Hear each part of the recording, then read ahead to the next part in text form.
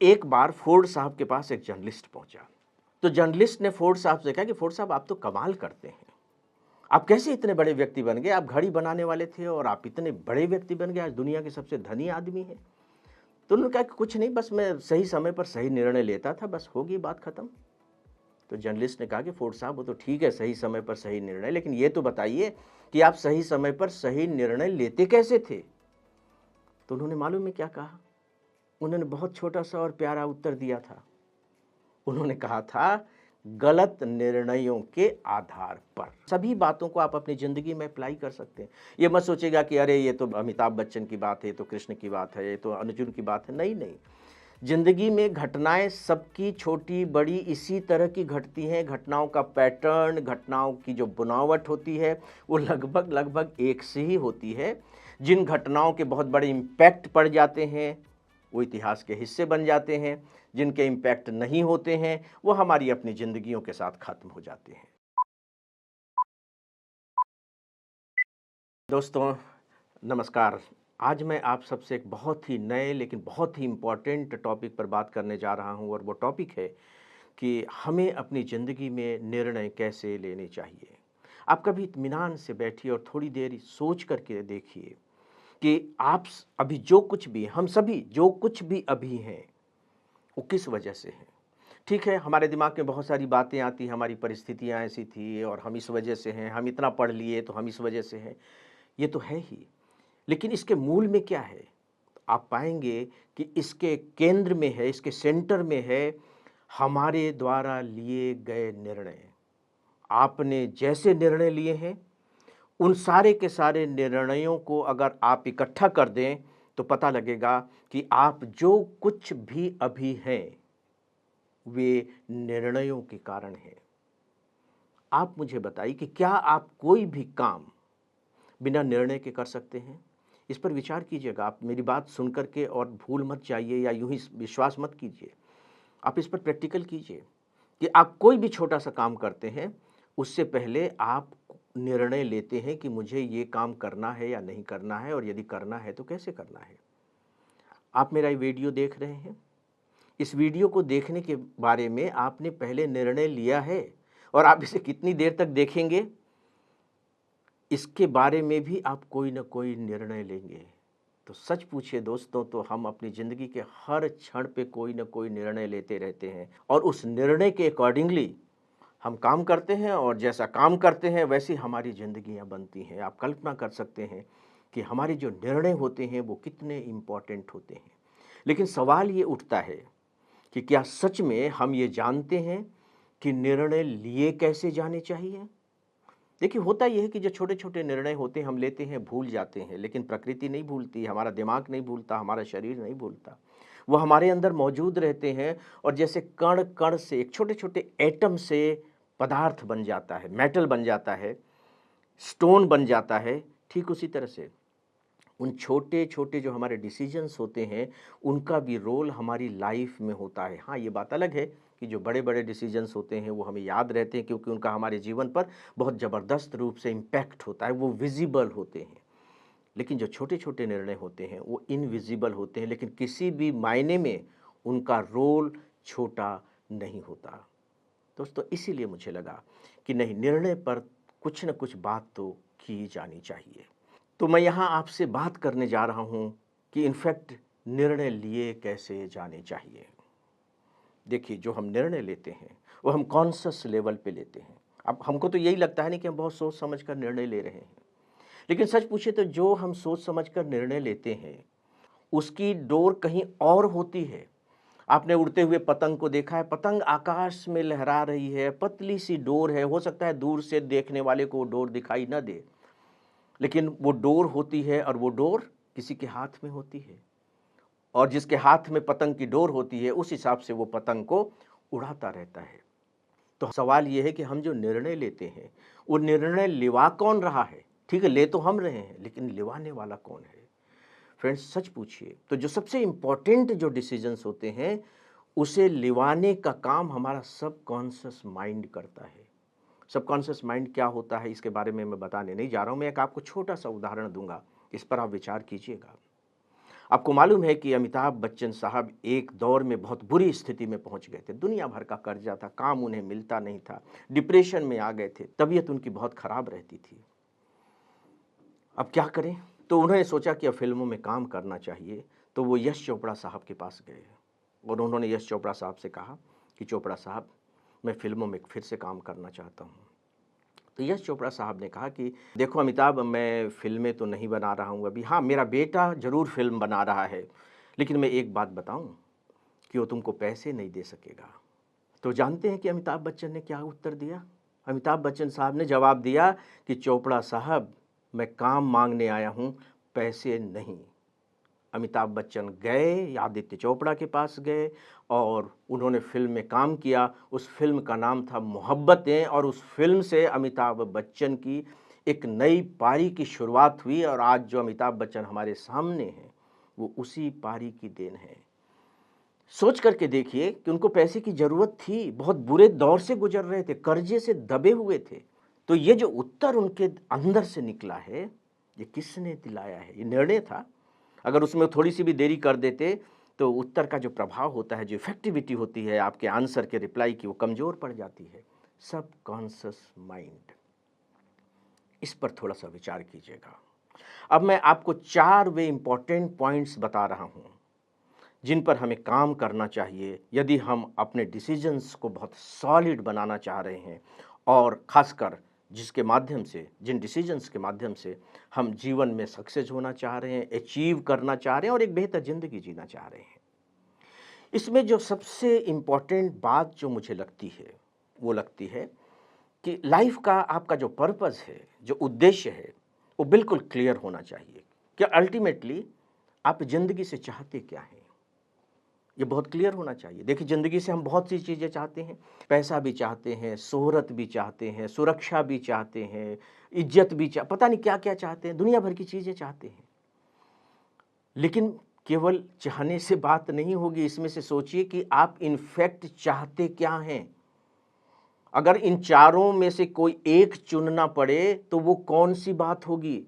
और वही आपका सही चाहना होगा। अदरवाइज़ अच्छी चीज़ें तो हर कोई चाहता है, कौन नहीं चाहेगा? मैं आपको 1-2 उदाहरण देना चाहूँगा।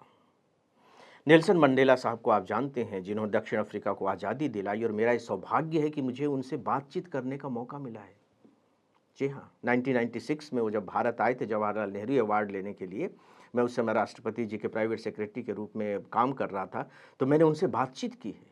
नेल्सन मंडेला साहब से मैंने पूछा था कि एक्सीलेंसी, आप ये बताइए कि आपने अपनी ज़िंदगी के 27 साल और वो भी सबसे खूबसूरत साल, जवानी के साल, जेल के सीखचों के पीछे बिता दिए, ये ऐसा कैसे पॉसिबल हुआ? तो उन्होंने कहा था कि मैंने अपने पर्पस पे कभी डाउट नहीं किया। मुझे शक नहीं था अपने उद्देश्य पर। ठीक है, मुझे अपना उद्देश्य अपने जीवन में नहीं मिलता, लेकिन कभी न कभी तो मिलता। कोई न कोई तो अचीव कर ही लेता, भले ही उसमें मेरा नाम नहीं होता, लेकिन उस प्रोसेस में तो मैं शामिल हूँ। उसने मुझे ताकत दी। तो अंदर की जो ताकत आती है, वो उद्देश्य की स्पष्टता से आती है। आपको मालूम है, लगभग 100 साल पहले सुभाष चंद्र बोस ने आईसीएस की परीक्षा क्वालिफाई की थी। आईसीएस बन गए थे वो। 100 साल पहले के आईसीएस क्या हुआ करते थे, जिन्हें हम आजकल आईएएस कहते हैं। 8-9 महीने के बाद उन्होंने रिजाइन कर दिया। क्या पॉसिबल है उस दौर में कोई रिजाइन कर दे आईसीएस से?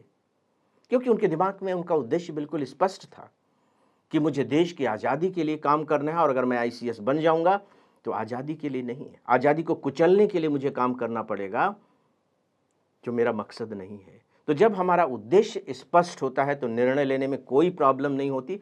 दूसरों को ये लगता है कि यार इसने कैसे ये कर दिया, इतना बड़ा त्याग कैसे कर दिया, लेकिन उनको त्याग त्याग जैसा कुछ भी नहीं लगता। उनको तो लगता है कि मेरे पर्पस के लिए ज़रूरी था, मैंने ये किया। तो हमारा जो उद्देश्य है वो बिल्कुल क्लियर होना चाहिए। दोस्तों, जो दूसरी इम्पॉर्टेंट बात होती है खासकर निर्णय लेने में, और मैं अपने अनुभव के आधार पर भी कह रहा हूँ, और मेरे बहुत सी, खासकर जब राष्ट्रपति जी के साथ में रहा हूँ 10 साल तक, तो बहुत सारे जो हमारी दुनिया और देश के जो बहुत ही बड़ी-बड़ी जो पर्सनालिटी हुई थी, उनसे मेरी पर्सनल बातचीत हुई है। उनके भी अनुभव के आधार पर मैं आपको सेकंड पॉइंट बताना चाहूँगा कि जो डिसीजंस होने चाहिए आपके, वे लॉजिकल होने चाहिए, इमोशनल नहीं। इसका मतलब ये मैं नहीं कह रहा हूँ कि इमोशंस का लाइफ में कोई स्थान नहीं होता, उसका अपना स्थान होता है। लेकिन जब डिसीजन ले रहे हों तो ज़्यादातर हमारे डिसीजंस तो 90 टू 95% जो डिसीजंस हैं वो लॉजिकल होने चाहिए। अर्जुन का किस्सा तो आपको मालूम ही है, युद्ध करने गया था ना, और युद्ध क्षेत्र में जाकर के वो कह रहा है कि मैं युद्ध नहीं करूंगा। क्यों नहीं करोगे भाई युद्ध? इसलिए नहीं करूंगा कि वहां मेरे चाचा है, ताऊ है, भीष्म पितामह है, गुरु है, मैं उनको मारूंगा कैसे? आ गए ना इमोशनल ग्रिप में। क्या उनका ये डिसीजन सही था? अगर मान लीजिए कि अर्जुन ने यही डिसीजन ले लिया होता, चलिए वो तो भला हो कृष्ण का कि कृष्ण ने उनको तैयार किया और धर्म क्षेत्र कुरुक्षेत्र में फिर धर्म की जीत हुई। लेकिन मान लीजिए अर्जुन वहां से भाग गया होता तो आप उसे सही मानते? नहीं। कृष्ण ने किया क्या है? कृष्ण ने लॉजिकली समझाने की कोशिश की है कि तुम ये जो इमोशंस के ग्रिप में आकर के डिसीजन ले रहे हो ये सही नहीं है। गीता का जो सेकेंड चैप्टर है सांख्य दर्शन पे है। गीता में कृष्ण सांख्य दर्शन के अंतर्गत यही कहते हैं कि सांख्य का मतलब है, देखिए संख्या, आजकल तो कंप्यूटर का जमाना है, पूरा कंप्यूटर तो डिजिट पर ही चल रहा है ना। संख्या यानी कि जो यथार्थ है, जो घटनाएं हैं, जो सब कुछ आपके सामने है, आप उन्हें देखिए और उनके आधार पर डिसीजन लीजिए। इमोशंस के आधार पर नहीं कि मुझे तो ये पसंद है और मुझे ये नापसंद है, नहीं मैं अभी ये करूंगा, नॉट एट ऑल। आप इस लॉजिकल डिसीजन को साइंटिफिक डिसीजन भी कह सकते हैं। और इसी से जुड़ा हुआ जो तीसरा पॉइंट है वो है कि जो भी परिस्थितियां हैं उन परिस्थितियों का सही सही आकलन कीजिए और उसके आधार पर डिसीजन लीजिए। हो सकता है कि मेरा एक डिसीजन अभी सही हो, लेकिन हो सकता है कि यही डिसीजन दूसरे स्थान पर मेरा सही न हो। मैं चाहूंगा कि कभी आप कृष्ण के बारे में पढ़िए। कृष्ण के जितने भी डिसीजंस होते थे वो सब के सब परिस्थितियों पर डिपेंड करते थे।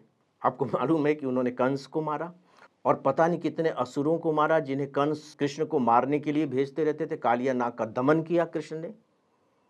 लेकिन जब जरासंध ने मथुरा पर 17वीं बार अटैक किया, 16 बार हराया, मुकाबला किया, लेकिन जब 17वीं बार अटैक किया तो भाग खड़े हुए और वहां से उनका नाम पड़ गया रणछोड़दास। भाग गए न वहां। कोई योद्धा भागता है? कृष्ण को कोई परवाह नहीं है कि नहीं अब परिस्थिति ऐसी है, क्योंकि उसका साथ एक बहुत बड़ा दूसरा राक्षस दे रहा था और कृष्ण को लग गया कि अब इनको पराजित नहीं किया जा सकता, मेरी जो प्रजा है वो बेवजह मारी जाएगी, मुझे बेवजह हार का सामना करना पड़ेगा। तो पहले से उन्होंने अपने लोगों को भेज दिया कि चलो द्वारका चलो, द्वारका चलो, और अपने भी द्वारका चले गए और द्वारका के बाद में शासक बने, उसका उन्होंने निर्माण किया। परिस्थितियों के आधार पर डिसीजन, जो समय की डिमांड है, जो सिचुएशन की डिमांड है, उसके आधार पर डिसीजन लीजिए। ये नहीं कि नहीं मुझे तो बस यही करना है, मुझे तो बस यही करना है, लोग क्या कहेंगे, नॉट एट ऑल। लोग जो कहेंगे कहने दीजिए, आप तो देखिए कि आपका जो डिसीजन है वो उस सिचुएशन को कितना सूट कर रहा है। कृष्ण की सबसे बड़ी विशेषता यही थी। और जो चौथा है दोस्तों, वो है अनुभवों के आधार पर। हम सबको इतिहास पढ़ाया जाता है। कभी आपने सोचा है कि हम इतिहास क्यों पढ़ते हैं? परीक्षा में पास होने के लिए बस खत्म हो गया, इतिहास हमारी ज़िंदगी से गायब हो गया। जबकि इतिहास सही मायने में हमारे पूर्वजों के अनुभवों का खजाना है। वो लाइब्रेरी है, पूरा का पूरा इतिहास और जीवन की लाइब्रेरी है। इतिहास हमें यही बताता है कि हमारे अनुभव किस तरीके के रहे, हमारे पूर्वजों के अनुभव, और आप उनसे सीख लीजिए। मैं आपको एक बहुत छोटा सा लेकिन बहुत महत्वपूर्ण उदाहरण देना चाहूँगा। फोर्ड साहब का नाम आपने सुना होगा, जो पहले तो छोटे से घड़ी साज थे, इसके बाद दुनिया के सबसे धनी व्यक्ति बने। कार का निर्माण फोर्ड साहब ने किया था। फोर्ड साहब, तो एक बार फोर्ड साहब के पास एक जर्नलिस्ट पहुंचा। तो जर्नलिस्ट ने फोर्ड साहब से कहा कि फोर्ड साहब आप तो कमाल करते हैं, आप कैसे इतने बड़े व्यक्ति बन गए? आप घड़ी बनाने वाले थे और आप इतने बड़े व्यक्ति बन गए, आज दुनिया के सबसे धनी आदमी हैं। तो उन्होंने कहा कि कुछ नहीं, बस मैं सही समय पर सही निर्णय लेता था, बस होगी बात खत्म। तो जर्नलिस्ट ने कहा कि फोर्ड साहब वो तो ठीक है, सही समय पर सही निर्णय, लेकिन ये तो बताइए कि आप सही समय पर सही निर्णय लेते कैसे थे? तो उन्होंने मालूम है क्या कहा? उन्होंने बहुत छोटा सा और प्यारा उत्तर दिया था। उन्होंने कहा था, गलत निर्णयों के आधार पर। इसका मतलब है कि ऐसा नहीं है कि मैंने केवल सही सही निर्णय लिए हैं, जिंदगी में बहुत से गलत निर्णय भी लिए हैं, लेकिन उन गलत निर्णयों को मैंने दोहराया नहीं, उनसे मैंने सीख ली और सीख लेने के बाद आगे मैंने सही निर्णय लिए। तो हम सबकी ज़िंदगियों में अनुभव की किताबें तो हैं, हम सब के अपने-अपने अनुभव हैं, वो किताब हमने खुद लिखी है। और मुझे लगता है कि हमें अपने आप को रिव्यू करते रहना चाहिए। जहाँ तक डिसीजन मेकिंग का सवाल है कि किस तरह की परिस्थितियाँ थी, उसमें मैंने किस तरह के निर्णय लिए, मेरे वो निर्णय सही थे या गलत थे। और जब हम इस तरह से एनालिसिस कर लेते हैं तो हमारे दिमाग में रच बस जाता है, फिर हम उन गलत निर्णयों को दोहराते नहीं हैं। ये अपने अनुभवों का सही इस्तेमाल करने का सबसे सही तरीका है। तो दोस्तों, ये मैंने आप सबसे सही निर्णय लेने के बारे में कुछ बातें की हैं। मैं चाहूँगा कि आप मेरी बातों पर विचार करें और इन सभी बातों को आप अपनी ज़िंदगी में अप्लाई कर सकते हैं। ये मत सोचिएगा कि अरे ये तो अमिताभ बच्चन की बात है, ये तो कृष्ण की बात है, ये तो अर्जुन की बात है। नहीं, नहीं। ज़िंदगी में घटनाएँ सबकी छोटी-बड़ी इसी तरह की घटती हैं। घटनाओं का पैटर्न, घटनाओं की जो बनावट होती है, वो लगभग एक सी ही होती है।